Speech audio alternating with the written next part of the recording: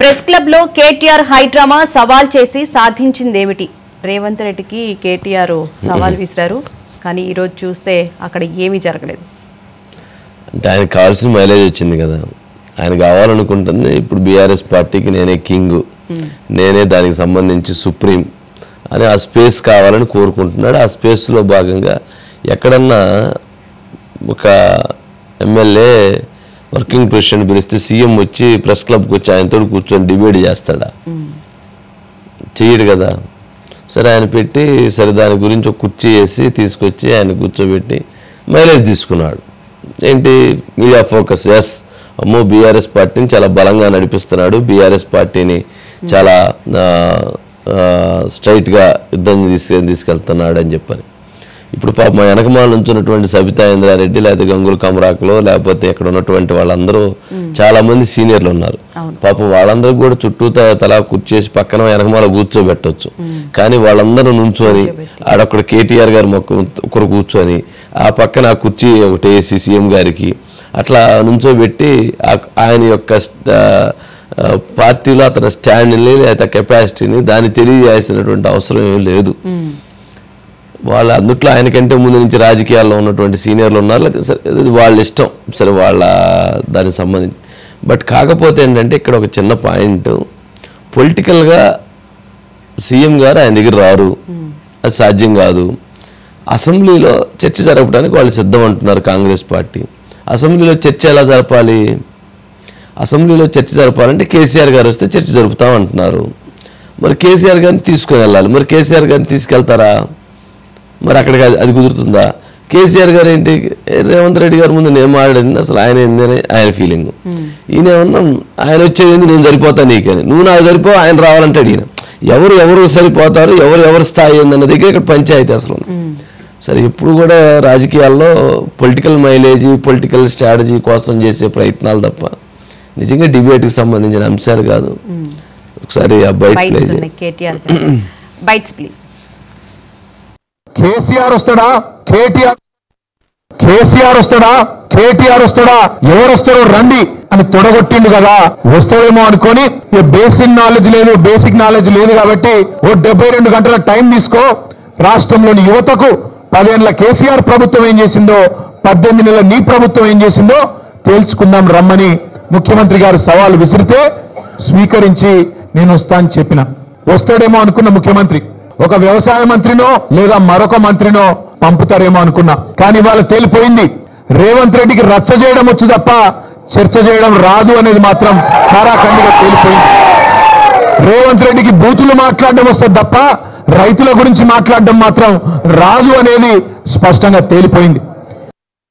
ముఖ్యమంత్రి గారేమో ఆనాటి మాజీ ముఖ్యమంత్రి గారిని శాసనసభకు రండి అని సవాల్ ఇస్తే ఆయన్ని మీరేమో శాసనసభకు రానియకుండా మేమున్నాంలే అని ఎవరు పడితే వాళ్ళు వచ్చి మీరు రండి చర్చిద్దామంటే ఎస్ ముఖ్యమంత్రి గారు స్పష్టంగా చెప్పారు, నిజంగా శాసనసభకు రండి, మేము లెక్కలతో సహా ఈ ముఖ్యమంత్రి ఈ రాష్ట్ర ప్రభుత్వం నిరూపించడానికి సిద్ధంగా ఉందని చాలా స్పష్టంగా ఈ సభ నుంచే రాష్ట్ర ప్రజలందరికీ తెలియజెప్పే కాదు ఆ టీఆర్ఎస్ నాయకత్వానికి కూడా చెప్తాను.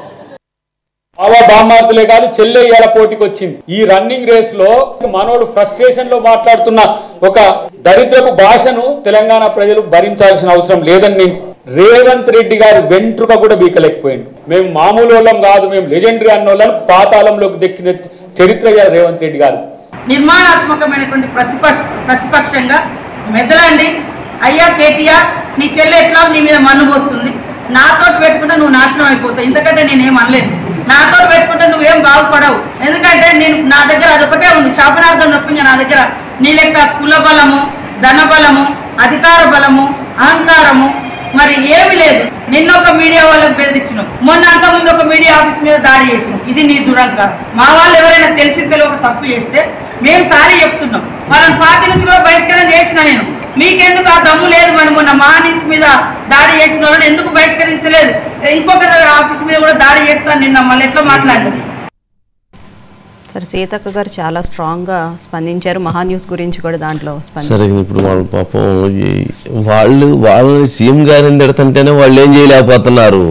సమస్య ఏంటంటే ముఖ్యమంత్రిని అత్యంత అసభ్యకరమైనటువంటి పదజాలంతో వాళ్ళు మాట్లాడుతుంటేనే వాళ్ళు దాన్ని సరిగ్గా కౌంటర్ చేసుకోలేకపోతున్నారు. కానీ ఇప్పుడు పాపం వాళ్ళు ఇంకేమి చెబుతారు? ఇంకో అదే అన్నది కదా, నేను నా దగ్గర ధనబలం లేదు, కులబలం లేదు, నా దగ్గర ఏ బలం లేదు, నా దగ్గర ఉన్న శాపనార్థాలు తప్ప. ఒక మంత్రిగా ఉన్నటువంటి ఒక ఎస్టీ ట్రైబుల్, ఒక ఉద్యమాలు పోరాటాలతో ఎదిగినటువంటి ఒక మహిళ ఆ స్థాయిలో మాట్లాడిందంటే తన బాధ అర్థమవుతుంది కదా. సరే అజిత్ గారు, గుడ్ ఈవినింగ్ అండి. Good evening. ఏంటి మొత్తానికి అంటే జనరల్గా చాలా సందర్భాల్లో మనం చూస్తూ ఉన్నాం, కానీ మీడియాలో ఎప్పుడు ముఖ్యమంత్రి గారు వచ్చి సవాళ్ళకి ప్రెస్ క్లబ్లో కూర్చోనో, లేకపోతే పంజాగుట్ట సెంటర్లో కూర్చోనో, అసెంబ్లీ ముందు కూర్చోనో, లేకపోతే ఎక్కడైనా పార్కులో కూర్చొని ఆ సవాళ్ళకి చర్చ జరిపిన సందర్భాలు అయితే నేనైతే చూడలేదు. మరి మీరు ఏమైనా చూసారో నాకు తెలియదు. బట్ అసెంబ్లీ వేదికగా అయితే ఆ చర్చ జరిగిన సందర్భాలు చాలా ఉన్నాయి, సవాళ్ళకి ప్రెస్ సవాళ్ళకి. బట్ ఇది సాధ్యమైంది అంటారా? వంశీ గారు, అసలు అంటే ప్రజలు ఓట్లేసి పంపింది అసెంబ్లీలో చర్చించి ప్రజలకు సంబంధించి ఏమైనా నిర్ణయాలు తీసుకోండి అని చెప్పి, అంతేగాని ప్రెస్ క్లబ్లోనో ఇంకొక చోట సవాల్ చేసుకొని తొడలు కొట్టుకొని ఒకళ్ళ మీద ఒకళ్ళు దుమ్మెత్తి పోసుకొని దానికోసం కాదు వంశీ గారు.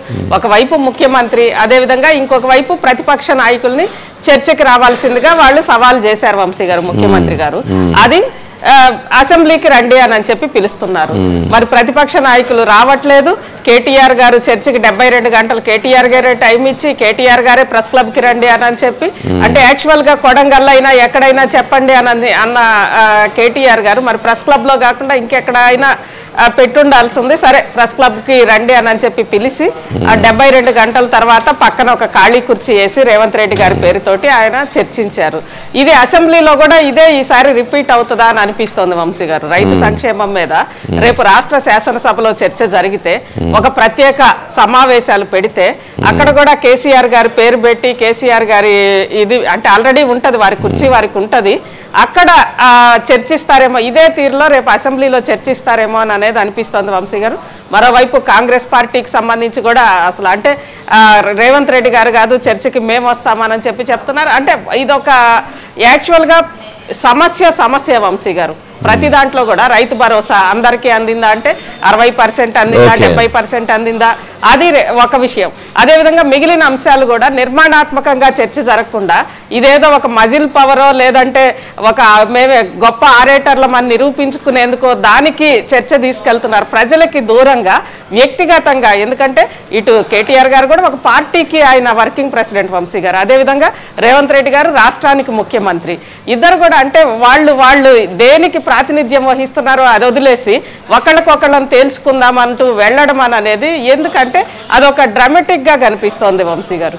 అదేవిధంగా నిజంగా సీతక్క గారు ఆమె అంత ఉద్యమాలు చేసి అంతా చేసిన సీతక్క ఈరోజు నేను శాపనార్థాలు పెట్టడం మినహా ఏం చెయ్యలేను అని అంటే యాక్చువల్గా ములుగులో కూడా చాలా అన్రెస్ట్ వస్తుంది వంశీ గారు. అంటే ముఖ్యంగా సీతక్కకి సంబంధించి సీతక్కని దూషిస్తూ మావోయిస్టుల పేరుతోటి పాంప్లెట్లు రావడము, ఆ పాంప్లెట్లు మేం వెయ్యలేదని చెప్పి మావోయిస్టు పార్టీ చెప్పడము, ఆ నేపథ్యంలో ఇది బీఆర్ఎస్ వాళ్ళ పనే అని చెప్పి సీతక్క అనడము, మొత్తం మీద ఆమెని చాలా అన్రెస్ట్ ఆమెకి క్రియేట్ చేస్తున్న సందర్భంగానే సీతక్క ఒక మంత్రి స్థానం, మీరు అన్నట్లుగా మంత్రులు అన్నీ ఉండి వాళ్లే ఏం చేయలేకపోతున్నారు అని అంటే మంత్రి స్థానంలో ఉండే నేను శాపనార్థాలు పెట్టడం మినహా ఏం చెయ్యలేను అని సీతక్క అనడానికి అదే కారణం వంశీ గారు. ఎస్, ఓకేనండి, చూద్దాం. ఇవన్నీ కాలం చాలా విలువైనది కదా.